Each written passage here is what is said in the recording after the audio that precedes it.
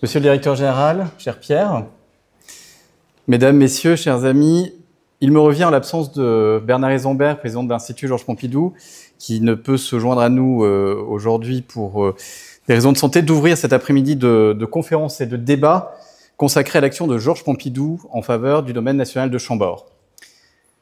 Je souhaite tout d'abord remercier Pierre Dubreuil, cher Pierre, directeur général du domaine, d'en avoir pris l'initiative, d'avoir sollicité l'Institut Georges Pompidou pour concevoir cette journée et de nous accueillir cet après-midi dans cette magnifique salle. J'associe à ces remerciements Olivier Cibre, directeur des études et de la recherche de l'Institut Georges Pompidou, et Catherine Chaunier, chef de cabinet du directeur général du domaine, qui ont été les chevilles ouvrières de l'organisation de cette journée. Et je tiens surtout, enfin, à remercier très vivement l'ensemble des intervenants de cet après-midi, historiens, témoins, acteurs, qui ont bien voulu accepter de nous livrer leurs analyses sur l'action de Georges Pompidou à Chambord. Georges Pompidou, c'est un homme issu de la France rurale, viscéralement attaché à la nature. Mais Georges Pompidou, c'est aussi l'homme de la ville, de ses réseaux, l'homme de la modernité, celle des 30 glorieuses triomphantes et des grandes réalisations industrielles. Les enjeux de l'indépendance de l'homme et de la nature, l'urgence de mettre un frein à la destruction anthropique des milieux, de la faune, de la flore, sont au cœur des préoccupations de Georges Pompidou, qui appelle à Chicago en février 1970 à l'instauration d'une morale de l'environnement et qui crée en 1971 le ministère de l'Environnement, confié à Robert Poujade. En quelque sorte, Chambord synthétise les goûts de Georges Pompidou. Les goûts de Georges Pompidou pour les patrimoines. C'est les patrimoines, le patrimoine historique et le patrimoine naturel.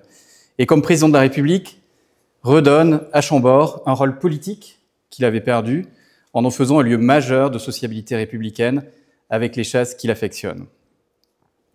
Sous l'inspiration de François Sommer et avec l'appui de Pierre Juillet, il restructure la gestion du domaine, on en parlera très largement cet après-midi. À partir de 1970, dans l'objectif d'en faire un des plus beaux d'Europe, en valorisant la gestion cynégétique, en valorisant la gestion du domaine forestier et la restauration du château. Objectif cynégétique, objectif et dimension touristique, préservation de la nature, participe ainsi d'une vision globale et transversale des enjeux qui parcourent la restauration du domaine et qui sont autant d'éléments de politique publique qui visent à moderniser le pays. Le goût pour l'art a été magnifiquement honoré il y a quelques années par le domaine de Chambord en 2017, à l'occasion des 40 ans du Centre Pompidou, avec l'exposition « Georges Pompidou et l'art, une aventure du regard ». Et je suis heureux, au nom de l'Institut Georges Pompidou, cher Pierre, de poursuivre, grâce au domaine, l'hommage de Georges Pompidou offert par le domaine de Chambord à l'occasion, cette année, du 50e anniversaire de sa disparition en 1974. Je vous remercie beaucoup.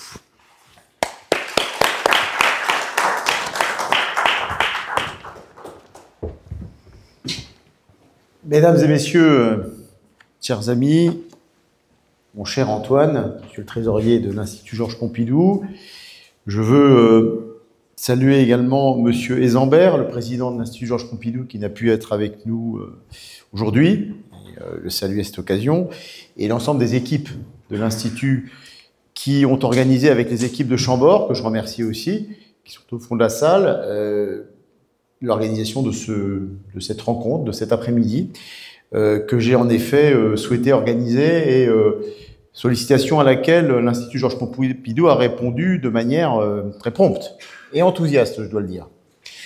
Donc je suis très heureux de vous accueillir pour cette demi-journée de conférence, de témoignages. Je ne serai pas long parce qu'on a envie d'entendre les historiens, les témoins de cette époque nous parler de Georges Pompidou, dans le cadre évidemment je le rappelle, pour ceux qui ne le sauraient pas, de la commémoration du cinquantenaire de sa disparition, de sa mort. C'est une année qui a été riche en événements.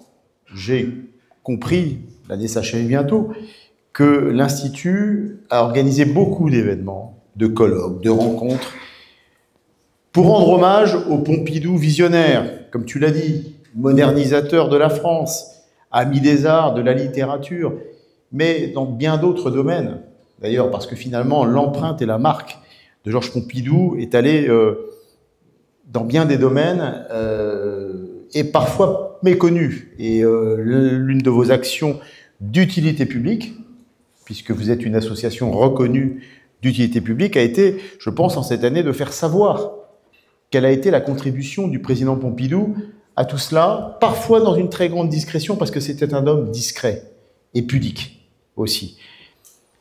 Alors certes, comme tu l'as dit, c'est pas la première fois que Chambord rend hommage au président Pompidou. Nous avions déjà accueilli dans ces murs une exposition organisée en 2017, dans le cadre du 40e anniversaire du Centre Pompidou, intitulé « Georges Pompidou et l'art, une aventure du regard ». Mais aujourd'hui, c'est un autre Pompidou que j'ai souhaité, que nous avons souhaité, avec les équipes du domaine, rendre hommage avec le concours de l'Institut Georges Pompidou. Le passionné de nature, de chasse, et comme tu l'as dit, le défenseur du patrimoine et plutôt des patrimoines, de ce lien qui ici est à la fois visible et invisible entre le patrimoine naturel et le patrimoine culturel. En vérité, c'est la moindre des choses ici que d'évoquer la mémoire d'un homme qui a tout simplement été l'homme du renouveau de Chambord. En redonnant le lustre de la belle endormie qu'était Chambord dans les années 60-70, il aura marqué d'une empreinte, je crois, durable jusqu'à aujourd'hui ce domaine. Et je pense que vous aurez l'occasion, lors des échanges que vous allez avoir tout de suite, de rappeler très précisément ce que Chambord doit, évidemment, à Georges Pompidou, sa Virginie Bernal pourra en parler, et elle en parlera abondamment, mais aussi ce que la République et la nation doivent à Georges Pompidou dans ces domaines-là. En ce qui me concerne, je me bornerai à rappeler que si je suis ici devant vous, en qualité de commissaire du domaine national de Chambord, c'est parce que cette fonction de commissaire a été créée par Georges Pompidou. À l'époque, c'était le commissaire à l'aménagement. En 1970, pour faciliter la coordination, je dirais ça de manière assez euphémistique, mon cher Geoffroy, la coordination entre les services de l'État qu'il jugeait quelque peu défaillantes. Et nous avons l'honneur d'avoir parmi nous cet après-midi Geoffroy de Rocancourt, qui fut également commissaire de 1975 à 81, ce qui me permet d'ailleurs de saluer le premier commissaire du domaine, qui fut Georges Dablan.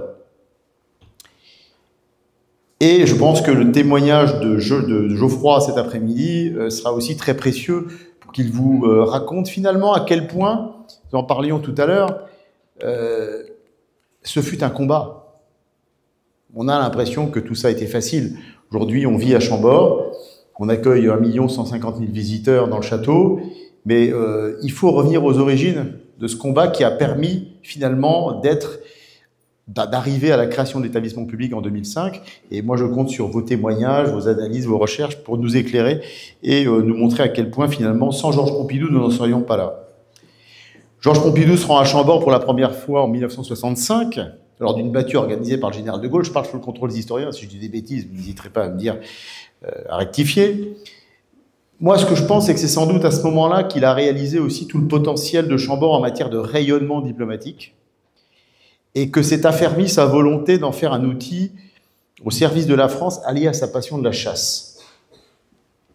Il reviendra à Chambord quelques mois après son élection en 1969, alors que Chambord ne bénéficiait quasiment d'aucun crédit budgétaire de la part de l'État. Et le début des années 70 marque finalement d'importantes décisions de travaux intérieurs, d'aménagement extérieur. Et chaque venue du président, je crois qu'il en fera 5 au-delà de sa première visite en 65, 5 pendant son mandat, lui permettront d'engager de nouveaux projets et de vérifier la mise en œuvre des décisions qu'il a prises auparavant. Parce que finalement, il venait en contrôleur de ses propres décisions. Le samedi, parce que les chasses se passaient le samedi. Je veux citer quelques-unes de ces réalisations qui sont... Enfin, moi, je dois vous dire que je savais, mais j'ai été impressionné en travaillant sur les sources, de voir à quel point la liste de ces réalisations est absolument impressionnante. La création d'un poste de gendarmerie à cheval.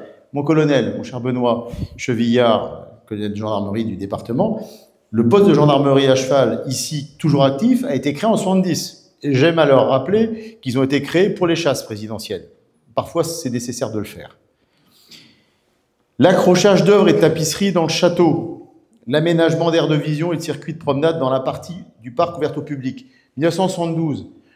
Parce que la partie, ce domaine qui était un domaine privé, avant d'être de l'État, un domaine royal, mais il l'a ouvert au public. C'est lui qui a donné cette impulsion pour que les visiteurs, le public et les scolaires puissent profiter de Chambord. Et ça, je crois qu'on peut lui en être très reconnaissant. La partie du parc ouverte au public en 72, la création d'un grand parking et la piétonisation des abords du château et du village, on a du mal à l'imaginer, à vrai dire aujourd'hui. Il y avait une route, certains l'ont connue ici, qui passait entre l'ex-hôtel Saint-Michel et le château, route départementale. C'est lui qui a supprimé cette route. En même temps d'ailleurs qu'il a ouvert la sortie d'autoroute de mer, donc finalement qui a permis aussi d'avoir ce flux de visiteurs qu'on connaît aujourd'hui. Là encore, c'est Pompidou. La restauration de cette salle, nous sommes, qui est une des seules salles chauffées d'ailleurs du château, c'est mieux pour ce genre de réunion, dans laquelle nous sommes, et qui abritait avant des engins agricoles. Enfin ça, certains qui l'ont connu pourraient en parler mieux que moi.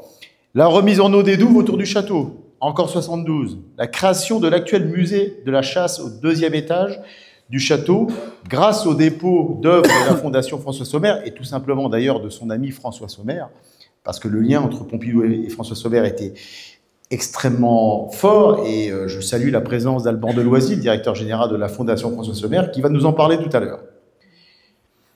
Et vous, Madame Tachin, bien sûr, tout de suite. Voilà, en décidant finalement de nombreuses transformations toujours visibles aujourd'hui, Pompidou a fait entrer Chambord dans la modernité, je crois, et redonné à ce domaine, propriété de l'État français depuis 1930, un nouveau souffle.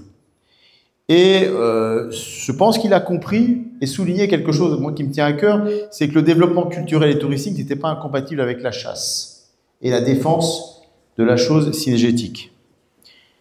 Et au fond, le président Pompidou a renoué avec la vocation historique et peut-être même l'essence de Chambord d'être ce vaisseau amiral au service du rayonnement de la France, de la nation, dont finalement Chambord assure une forme de continuité depuis François Ier jusqu'à la Ve République.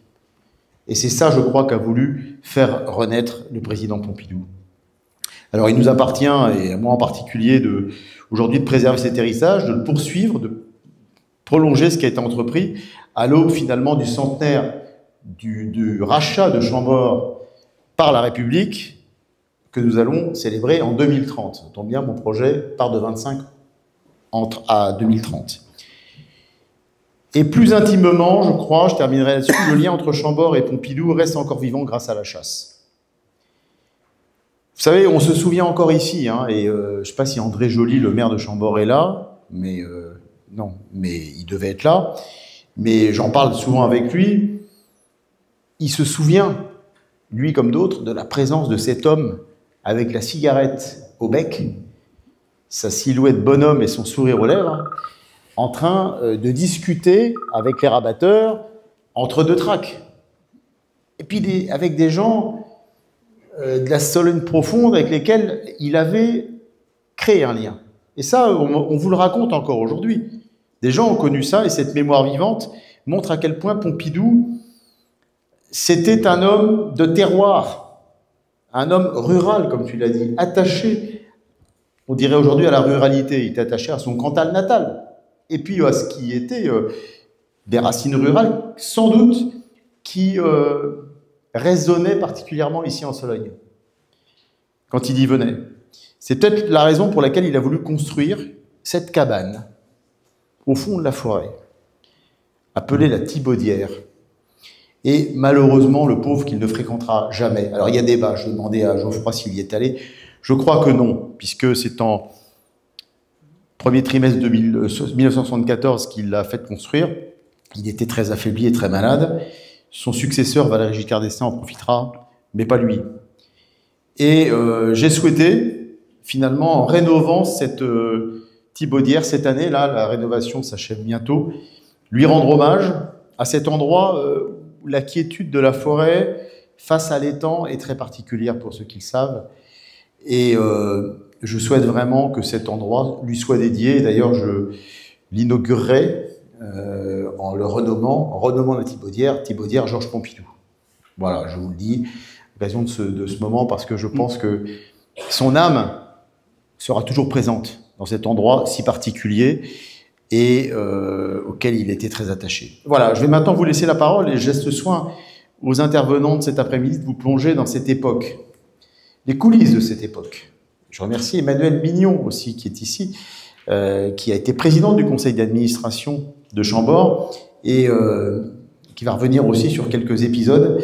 Et on va lui laisser la parole bientôt lors d'une table ronde. Je remercie donc Agnès Tachin, Virginie Berdal, Pierre-Gilles Giraud, le directeur des publics et de l'action culturelle, Alain Beltran, Geoffroy de Roconcourt, Emmanuel, Alban, et vous tous qui, j'espère, interrogerez et seront en interaction avec nos intervenants pour évidemment faire que cet après-midi de rencontre soit une après-midi vivante et enrichissante.